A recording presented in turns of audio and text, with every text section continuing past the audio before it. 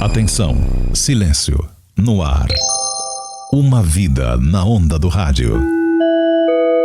Olá, estamos de volta. Que bom que você gostou do outro episódio. Agora eu te proponho, com a magia do rádio, da gente fazer uma viagem no tempo. Vamos lá para a década de 1970.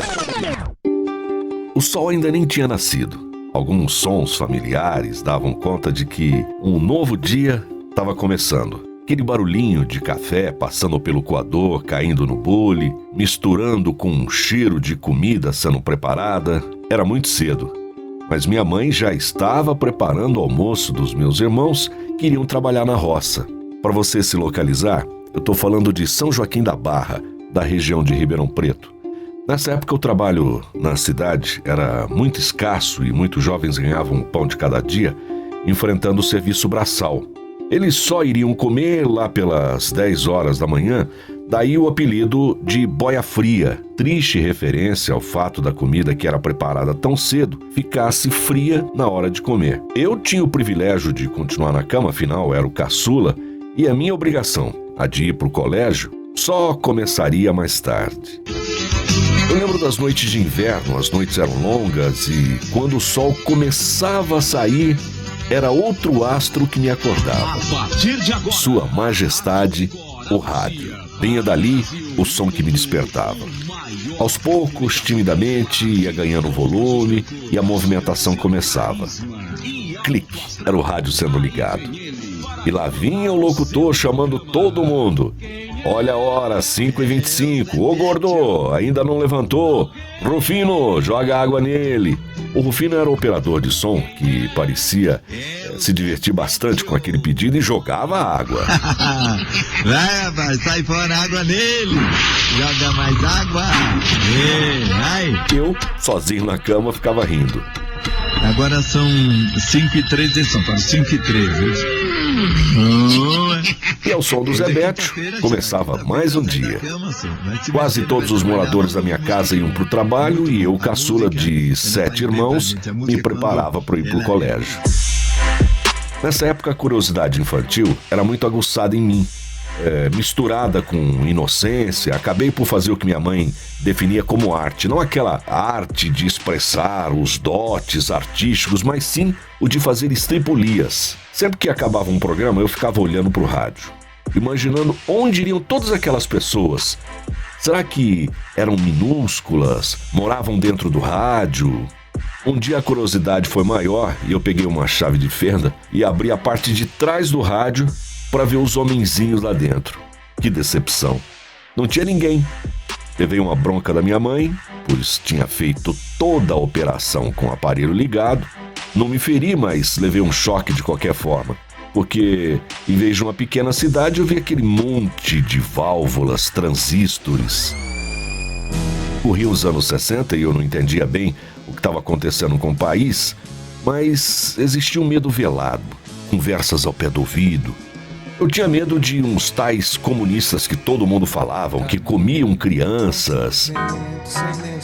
Bom, o sol já dominava o dia, o controle do rádio em minha casa trocava de mãos. A minha irmã, que durante 10 anos foi a caçula, aí até a minha chegada, portanto, não gostava do Zé Bétio e sempre aproveitava um descuido da minha mãe para tirar da Record e mudava para Tupi, onde o Eli Correia dava o seu grito de guerra.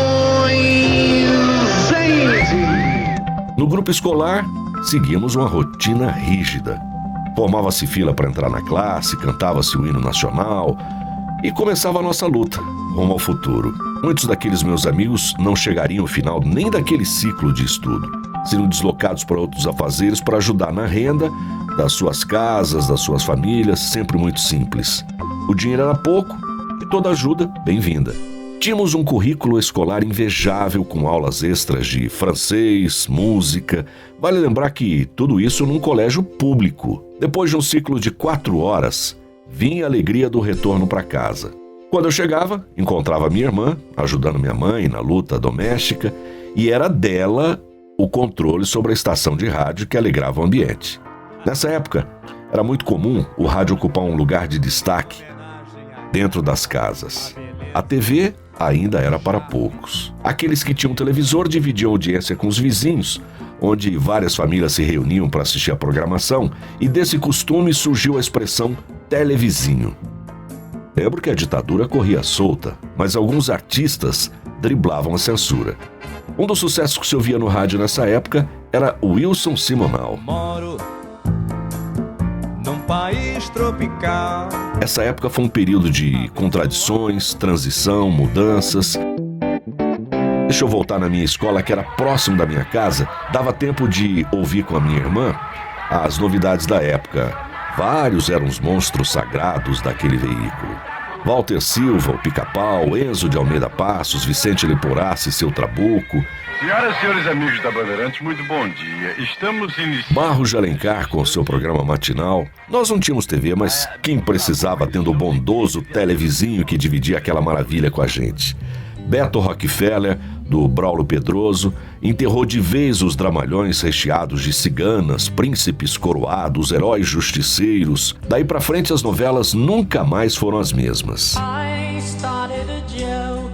Roberto Carlos fazia sucesso com As Curvas da Estrada de Santos, o Jornal Nacional foi ao ar pela primeira vez neste ano, e apesar da ditadura, o Brasil era um país tropical abençoado por Deus.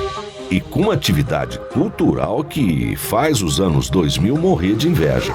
Eu sempre preferi o rádio. Eu achava fantástico o exercício diário de ouvir aquela narrativa, compor as imagens, aquelas vozes exerciam um fascínio naquela casa. O som ecoava com facilidade por toda ela. O rádio era grande. Bom, ou eu que era pequeno, não sei, e ficava na sala.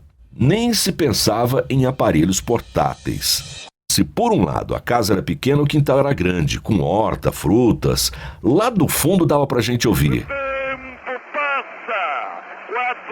Era mais ou menos assim que o Fiore Giliotti começava a transmissão da Copa do Mundo de 1970, num pool de emissoras liderados pela Bandeirantes, Record e Jovem Pan, onde a cada 15 minutos um locutor diferente narrava uma etapa do jogo. Mas Copa de 70 merece um episódio só pra ele. É o milagre da fé e da esperança da torcida brasileira. Até o próximo. Bye, bye. Atenção, silêncio, no ar. Uma vida na onda do rádio.